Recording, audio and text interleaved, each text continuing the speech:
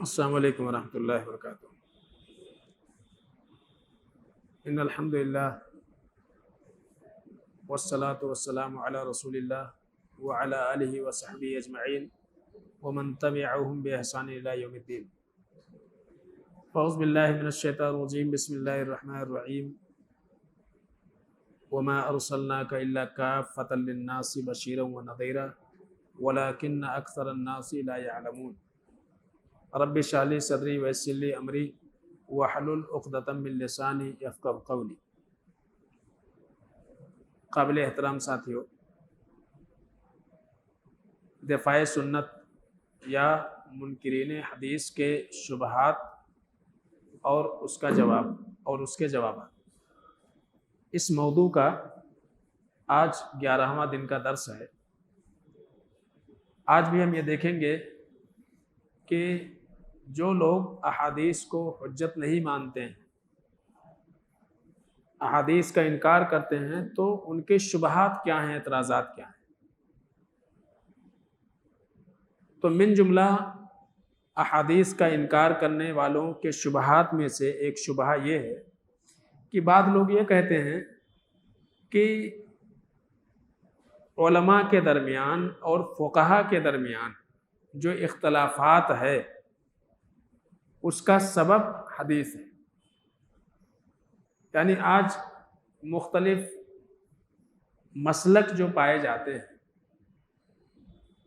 تو ان مسلکوں میں بٹنا لوگوں کا اور مختلف مسلک میں امت کا پایا جانا، اس کی بنیادی وجہ کہتے ہیں کہ سنت ہے،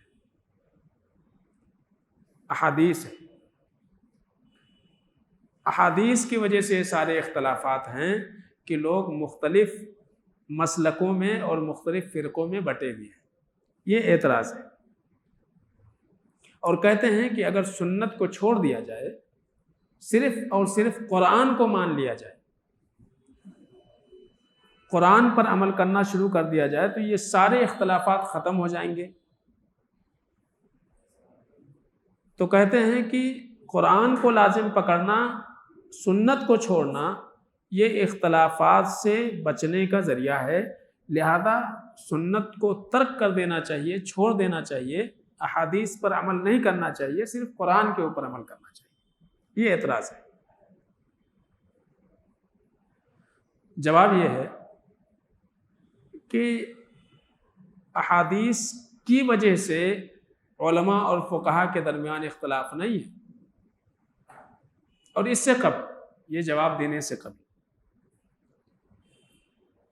مان لیا جائے کہ زید یہ کہہ رہا ہے کہ جس چیز کی وجہ سے اختلاف ہو اس کو کیا کر دینا چاہیے، ترک کر دینا چاہیے۔ سوال یہ ہے کہ کیا قرآن کی وجہ سے لوگوں میں اختلاف نہیں ہے؟ اگر حدیث کی وجہ سے لوگوں میں اختلاف ہے تو حدیث چھوڑ دینا چاہیے۔ تو اگر قرآن کی وجہ سے لوگوں میں اختلاف پیدا ہو تو پھر کیا کرنا چاہیے؟ پھر قرآن بھی چھوڑ دینا چاہیے، کیونکہ اگر یہی اصول ہے کہ جس چیز کی وجہ سے امت میں اختلاف پیدا ہو اس کو ترک کر دیا جائے۔ جیسے کہ آج بہت سارے لوگ کیا کہتے ہیں کہ عقیدے پر گفتگو نہ کیا جائے، عقیدے کی بات نہ کی جائے، توحید کی بات نہ کی جائے، اس لیے کہ توحید کی بات کرنے سے لوگوں میں اختلاف پیدا ہوتا ہے، لہذا لوگوں کے سامنے وہ چیزیں بیان کیا جائے جو سارے لوگوں کے درمیان مشترک ہو، تاکہ امت ایک پلیٹ فارم کے اوپر آ جائے اور اختلافات جو امت کے اندر پائے جاتے ہیں وہ ختم ہو جائے۔ آج اس طرح کی باتیں کہی جاتی ہیں، تو اس کا مطلب کیا ہے کہ عقیدے کا درس چھوڑ دیا جائے اور عقیدے کی تبلیغ اور اس کی نشر و اشاعت کو ترک کر دیا جائے۔ تو یہ ساری چیزیں جو ہیں وہ ایک ہی قبیل سے سب جڑی ہوئی ایک دوسرے سے۔ تو یعنی احادیث کو ترک کر دینا۔ تو میں یہ کہہ رہا تھا کہ اگر یہی اصول بنا کہ جس چیز کی وجہ سے اختلاف ہو امت میں اس چیز کو ترک کر دیں، چھوڑ دیں۔ تو سوال یہ ہے کہ اگر قرآن کے ذریعے سے اختلاف ہو تو کیا کیا جائے؟ آج دیکھیے، جو اہل بدعت ہیں وہ اپنے بدعتوں کے دلائل قرآن ہی سے لیتے ہیں۔ مثلا آج ایک بہت بڑا اختلاف ہے کہ آیا اللہ کے نبی صلی اللہ علیہ وسلم نور تھے یا بشر تھے؟ یہ اختلاف چل رہا ہے کہ اللہ کے نبی صلی اللہ علیہ وسلم نوری مخلوق ہیں یا اللہ کے نبی صلی اللہ علیہ وسلم خاکی ہیں۔ آپ نور سے پیدا کیے گئے یا مٹی سے پیدا کیے گئے؟ اختلاف۔ ایک گروہ یہ کہتا ہے کہ اللہ کے نبی صلی اللہ علیہ وسلم نور ہیں، دلیل قرآن کی آیت قل انما انا بشر مثلکم۔ دوسرا گروہ یہ کہتا ہے کہ نہیں، اللہ کے نبی صلی اللہ علیہ وسلم نور نہیں تھے بلکہ اللہ کے نبی صلی اللہ علیہ وسلم بشر تھے، دلیل قل انما انا بشر مثلکم۔ دونوں کی دلیل ایک ہی آیت۔ تو جو یہ کہتے ہیں کہ اللہ کے نبی صلی اللہ علیہ وسلم نور ہیں، وہ کہتے ہیں کہ اللہ نے فرمایا قل انما انا بشر مثلکم۔ وہ ہے انما جو تاکید کے لیے، اور یہ اس کو کیا کر دیتے ہیں الگ کے لیے کہ بے شک میں تمہارے جیسا رسول نہیں ہوں۔ تو قرآن کی ایک ہی آیت ہے اور اس ایک آیت سے امت میں دو گروہ ہو گیا، تو اب کیا کرنا چاہیے؟ اگر حدیث کو ترک کرنے کا یہی ضابطہ ہے کہ حدیث کی وجہ سے علماء اور فقہا کے درمیان اختلاف ہوتا ہے لہٰذا حدیث کو ترک کر دینا چاہیے، حدیث کو چھوڑ دینا چاہیے، تو پھر قرآن کے ذریعے سے اگر اختلاف ہو تو کیا کرنا چاہیے؟ پھر قرآن کو بھی ترک کر دینا چاہیے۔ تو پتہ یہ چلا کہ یہ وصول باطل ہے، اور ایسی کئی مثالیں ہیں۔ قرآن میں اللہ نے کیا فرمایا؟ قل بفضل اللہ وبرحمتہ فبذلک فلیفرحوا۔ اے نبی، آپ لوگوں کو بتا دیں کہ یہ قرآن اللہ رب العالمین کا فضل ہے، اللہ کی رحمت ہے، لہذا اللہ کے اس فضل کو لے کر کے خوش ہو جاؤ۔ یعنی ایک مومن کو قرآن کے نزول پر خوشی ہونی چاہیے۔ یہ اہل السنہ والجماعہ اور سلف اور صحابہ نے یہ مفہوم بیان کیا کہ اس آیت میں جس کا ذکر ہے وہ قرآن ہے، لیکن ایک گروہ یہ کہتا ہے کہ نہیں، اس میں جو ذکر ہے قل بفضل اللہ وبرحمتہ فبذلک فلیفرحوا، اس میں اللہ کے نبی صلی اللہ علیہ وسلم کی ولادت کا تذکرہ ہے اور اللہ کے نبی صلی اللہ علیہ وسلم کی آمد کا ذکر ہے، لہذا عید میلاد منانا جائز ہے۔ قل بفضل اللہ وبرحمتہ، لہذا خوشیاں مناؤ، ہری ہری جھنڈیاں لگاؤ، لائٹیں لگاؤ، جلسے جلوس مناؤ، میلاد مناؤ۔ تو قرآن کی ایک ہی آیت ہے، اس آیت میں یہ کہا جا رہا ہے کہ نہیں اس سے مراد قرآن کے نزول ہے، کہتے ہیں کہ نہیں، اس سے مراد اللہ کے نبی صلی اللہ علیہ وسلم کی آمد ہے۔ تو اب یہاں بھی قرآن ہی کی وجہ سے امت دو گروہوں میں بٹ رہی ہے۔ اس کے بعد ایسی کئی مثالیں، یا ایھا الذین آمنوا اتقوا اللہ وابتغوا الیہ الوسیلہ، اے ایمان والو اللہ سے ڈرو اور اللہ کی رضا حاصل کرنے کے لیے، اللہ کی رضا، اللہ کی قربت حاصل کرنے کے لیے وسیلہ اختیار کرو۔ آج اس آیت کو لے کر کے مزاروں کے اوپر جو بھیڑ دکھائی دیتی ہے وہ یہی ہے، وابتغوا الیہ الوسیلہ۔ جتنے بھی شرکیہ امور ہیں انجام دیے جاتے ہیں اس کی بنیاد یہی وسیلہ ہے۔ ما نعبدہم الا لیقربونا الی اللہ زلفی ہؤلاء شفعاؤنا عند اللہ، یہ اللہ کے پاس ہمارے شفارسی ہے۔ تو یہاں ایسا نہیں ہے کہ وسیلہ نہیں اختیار کیا جا سکتا، وسیلہ جائز نہیں، بالکل جائز ہے، لیکن کون سا؟ جو وسیلہ کتاب و سنت سے ثابت ہے۔ آدمی اپنے ایمان کے حوالے سے اللہ سے دعا کرے، کسی نیک انسان کا وسیلہ پکڑے اور اس سے دعا کرائے اللہ تعالیٰ سے، یہ وسیلہ ہے۔ قرآن کی آپ تلاوت کرو، تلاوت کرنے کے بعد آپ اس کے حوالے سے اللہ سے دعا کرو، اے اللہ تیری کتاب میں نے پڑھی ہے، اے اللہ میری فلاں مراد پوری کر دے، یہ وسیلہ ہے۔ اے اللہ تو نے ہم کو ایمان کی توفیق دی، اس ایمان کے حوالے سے اللہ تعالیٰ تو غفور رحیم ہے، ہماری مغفرت کر دے۔ اللہ تو غفار ہے، اللہ تو غفور ہے، ہماری بخشش فرما دے۔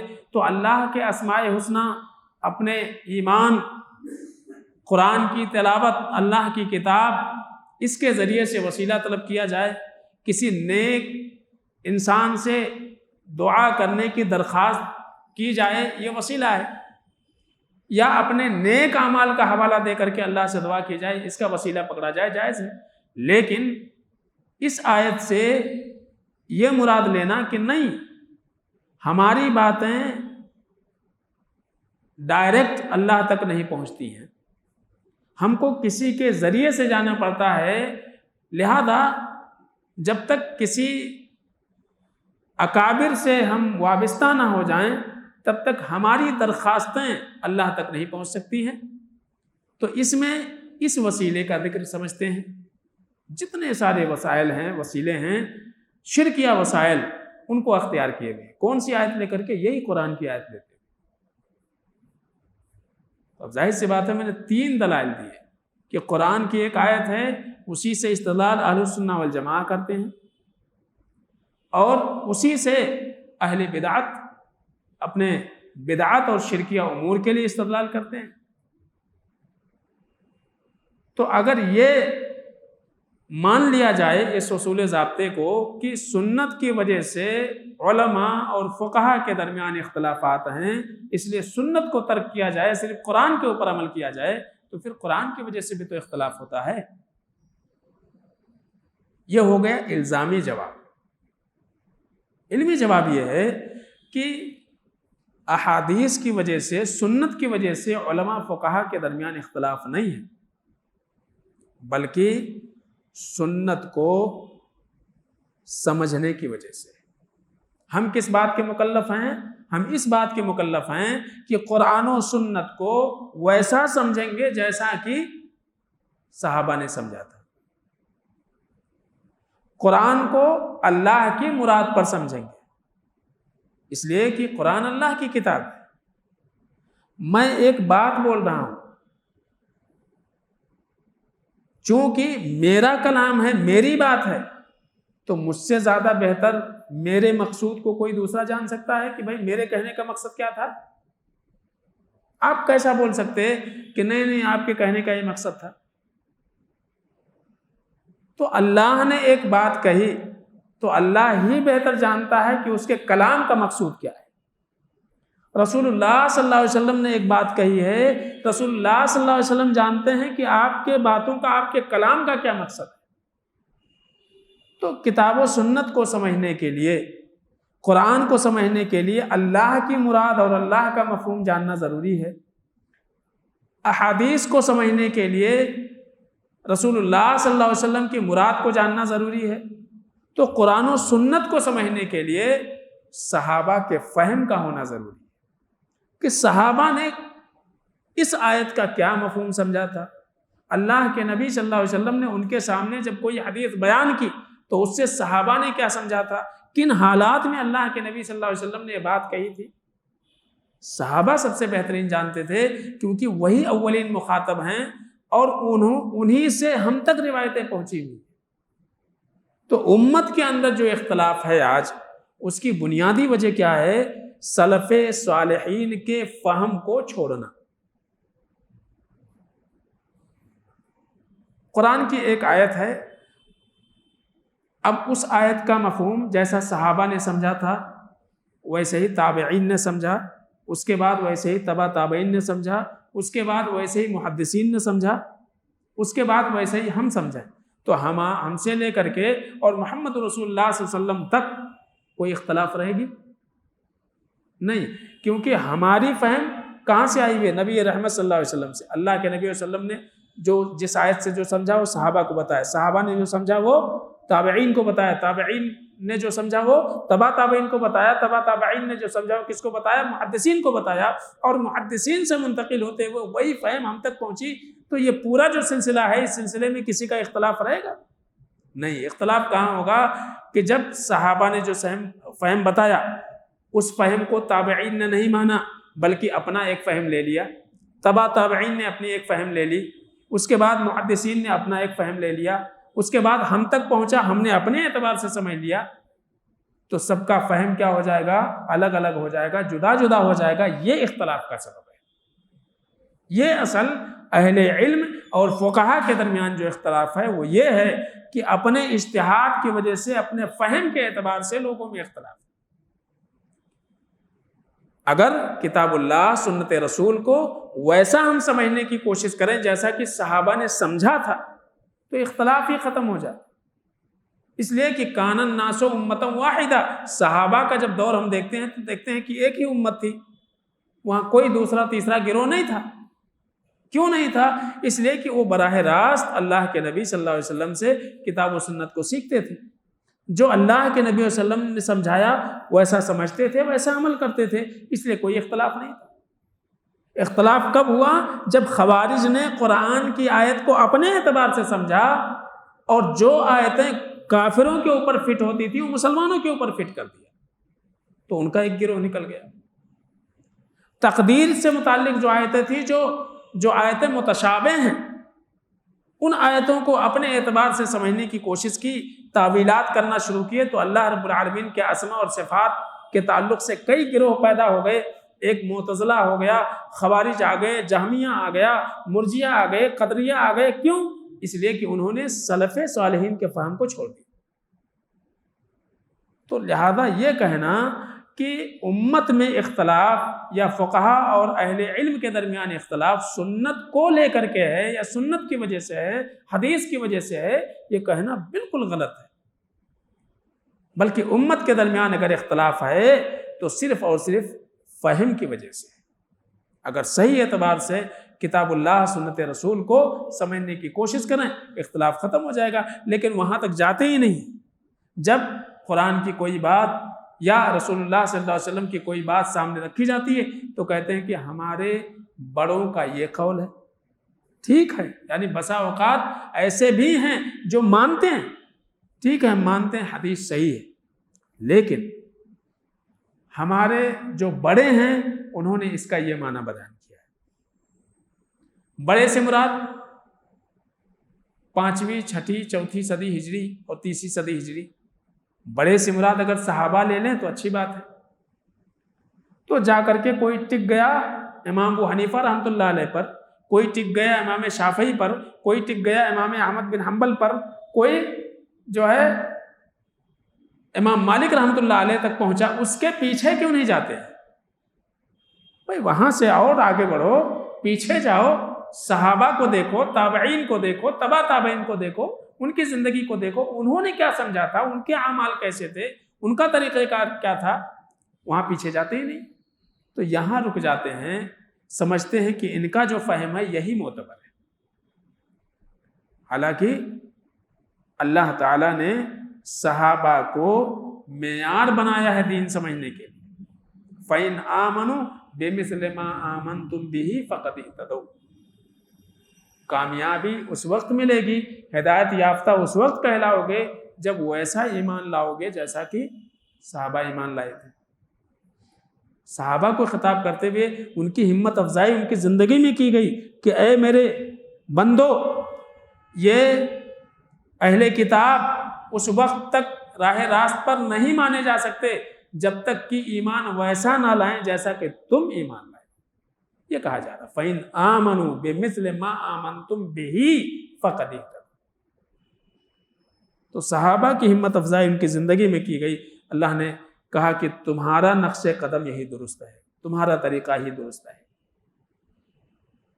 لہذا یہ اعتراض بالکل باطل ہے کہ سنت کی وجہ سے اختلاف ہوتا ہے, لہذا سنت کو ترک کر دینا چاہیے. اسی طرح سے ایک اعتراض یہ کیا جاتا ہے کہ سنت جو ہے 1400 سال پہلے کے اعتبار سے, اس زمانے کے اعتبار سے تو بالکل ٹھیک تھا, لیکن آج کے زمانے میں ایک جدید دور آ گیا, تو آج کے حالات کے اعتبار سے یہ مناسب نہیں ہے. اس لیے کہ بہت ساری ٹیکنالوجی آ گئی, حالات بدل گئے, تو اب وہ 1400 سال پرانی چیزیں نہیں چلیں گی. بھائی دنیاوی اعتبار سے اگر بات کہی جائے تو مانی جا سکتی ہے کہ بھائی ٹھیک ہے, پہلے لینڈ لائن یوز ہوتا تھا, اب جو ہے موبائل فون آ گیا, سمجھ رہے نا, اور اس میں مزید جو ہے مہینے 2 مہینے میں ایک اپلیکیشن بھی کوئی تیار کرتا ہے تو 10 دن پہ وہ اپڈیٹ آتے رہتا. تو دنیاوی اعتبار سے اپ گریڈ ہونا ہے, لیکن کتاب اللہ سنت رسول یہ اولڈ از گولڈ ہی ہے. جتنے پرانے اور جتنے پیچھے جائیں گے وہیں صحیح دین ملے گا. اب آپ کہیں گے کہ نہیں, جتنا آگے نئی ٹیکنالوجی میں جائیں گے وہاں دین اچھا رہے گا. بالکل لبرل والا, آزادی والا دین, اپنے اپنے اعتبار سے دین کے اوپر عمل کرنا. آج کتنے قسم کا اسلام دکھ رہا, ہرا اسلام, پیلا اسلام, لال اسلام, کالا اسلام, پورے سب مسلمان ہیں. کسی کی پگڑی ہری ہے, کسی کی پیلی ہے, کسی کی نیلی ہے, سب مسلمان ہیں. تو پیچھے جائیے, تو اپڈیٹ ہونے کی ضرورت نہیں ہے, بلکہ اولڈ ہونے کی ضرورت ہے. ہم کو پیچھے جانے کی ضرورت ہے. تو یہ کہا جا رہا ہے کہ 1400 سال پہلے تک تو ٹھیک تھا, یا جس زمانے میں صحابہ تھے, صحابہ کے لیے وہ دین تھا, اور آپ صلی اللہ علیہ وسلم کے فرامین صحابہ کے زمانے ان کے دور کے ساتھ مناسب تھے, لیکن آج کے دور کے لیے مناسب نہیں ہے. کیا سنت. لیکن قرآن جو ہے اس نے تو تمام مسلمانوں کو خطاب کیا ہوا ہے, اور یہ قیامت تک کے لیے ہے. لہذا کتاب اللہ کے اوپر عمل کیا جائے گا, سنت رسول پر نہیں. ایسی بات کہی جا رہی ہے. دلیل وما ارسلناک الا کافۃ للناس بشیرا ونذیرا. اللہ فرماتے ہیں کہ اے نبی, ہم نے آپ کو تمام لوگوں کے لیے بشارت دینے والا, ڈرانے والا بنا کر کے بھیجا. وَلَكِنَّ أَكْثَرَ النَّاسِ لَا يَعْلَمُونَ, لیکن اکثر لوگ اس کو سمجھتے ہی نہیں. تو جو لوگ یہ کہہ رہے ہیں کہ اللہ کے نبی صلی اللہ علیہ وسلم کی سنت, یعنی اگر اللہ کے نبی صلی اللہ علیہ وسلم کی باتیں, آپ کے اقوال, آپ کے افعال, آپ کے اعمال اگر صحابہ ہی کے ساتھ خاص تھے, تو یہاں اللہ تعالیٰ نے کافۃ للناس کیوں کہا, ہدی للعالمین کیوں کہا, ہدی للناس کیوں کہا, اور تمام لوگوں کے لیے اللہ کے نبی صلی اللہ علیہ وسلم کو بشیر و نذیر کیوں اللہ رب العالمین نے کہا, اگر صرف صحابہ کے لیے خاص تھے. تو اس سے یہ پتہ چلتا ہے کہ جو لوگ یہ دعویٰ کرتے ہیں کہ یہ صرف اور صرف صحابہ کے زمانے کے لیے مخصوص تھا, آج کے زمانے کے اعتبار سے احادیث کے اوپر عمل کرنا ممکن نہیں ہے, یہ بات بالکل باطل ہے.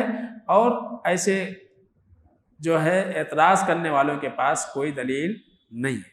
اسی طرح سے ایک شبہہ اور یہ کیا جاتا ہے, کہتے ہیں کہ اگر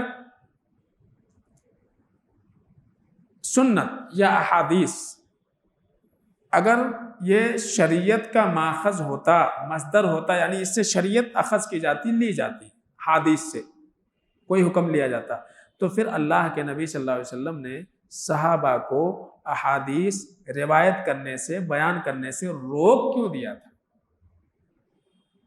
آپ کا روکنا اس بات کی دلیل ہے کہ سنت حدیث یہ شریعت کا ماخذ نہیں ہے، صرف قرآن ہے۔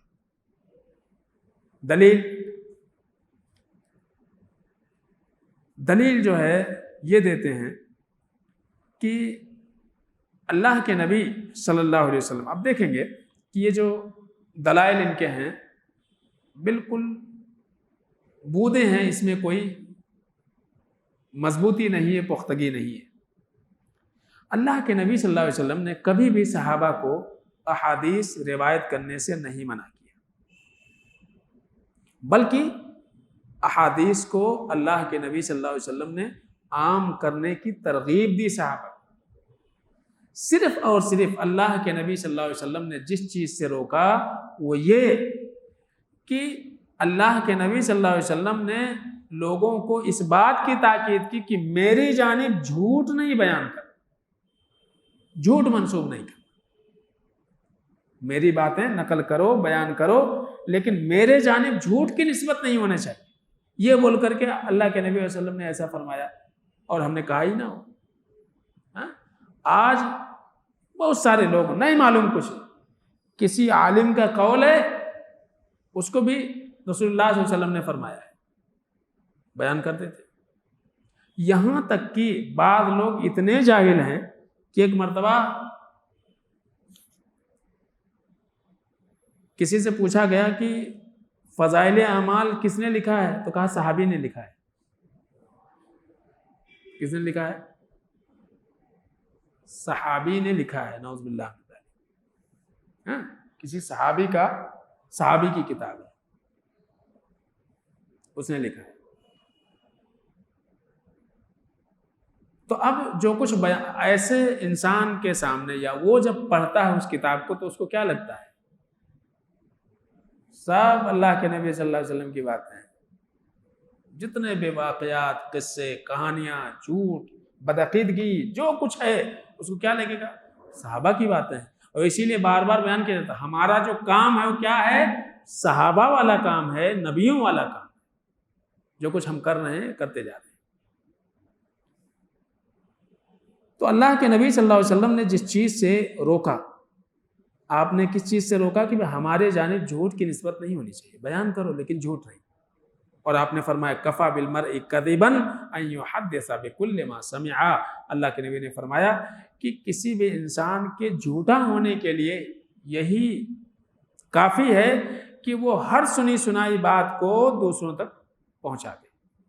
معنی کیا ہے اللہ کے نبی صلی اللہ علیہ وسلم کے کہنے کا؟ معنی یہ ہے کہ کسی بات کو نقل کرنے سے پہلے تحقیق کر لو، جان لو آیا واقعی یہ کتاب اللہ سنت رسول سے منقول ہے، ماخوذ ہے یا نہیں ہے۔ ورنہ کیا ہوگا؟ ہو سکتا ہے وہ بات رسول صلی اللہ علیہ وسلم کی نہ ہو، بات کسی عالم دین کی ہو، بات کسی صحابی کی ہو، بات کسی تابعی کی ہو، اور آپ نبی رحمت صلی اللہ علیہ وسلم کے جانب منسوب کر کے اس کو بول دیں۔ تو اللہ کے نبی علیہ وسلم نے اس سے منع کیا۔ آپ نے مزید فرمایا من کذب علی متعمدا فلیتبوأ مقعدہ من النار، جو بھی میرے اوپر جھوٹ باندھے گا، بہتان باندھے گا قصداً، جان بوجھ کر کے، فلیتبوأ مقعدہ من النار، تو اپنا ٹھکانہ جہنم بنا لے۔ اور مزید کئی روایتیں اس تعلق سے پائی جاتی ہیں۔ اسی طرح سے عامر بن عبداللہ بن زبیر یہ اپنے باپ سے روایت کرتے ہوئے کہتے ہیں کہ میں نے زبیر رضی اللہ تعالیٰ عنہ سے پوچھا کہ میں نے کبھی آپ کو نبی رحمت صلی اللہ علیہ وسلم کی حدیث کو بیان کرتے ہوئے نہیں سنا، جیسا کہ فلاں فلاں فلاں، بعض صحابہ کا نام لیا کہ فلاں فلاں فلاں فلاں جیسے اللہ کے نبی صلی اللہ علیہ وسلم کی باتیں بیان کرتے ہیں، ایسا آپ کیوں نہیں کرتے ہیں، کیوں نہیں بیان کرتے؟ تو جواب کیا دیتے ہیں؟ اما انی لم افارقو، کہتے ہیں یاد رکھو تم کہیں ایسا تو نہیں سوچ رہے کہ اللہ کے نبی صلی اللہ علیہ وسلم کی قربت اور آپ کی صحبت ہم کو نہیں ملی؟ ایسا نہیں ہے۔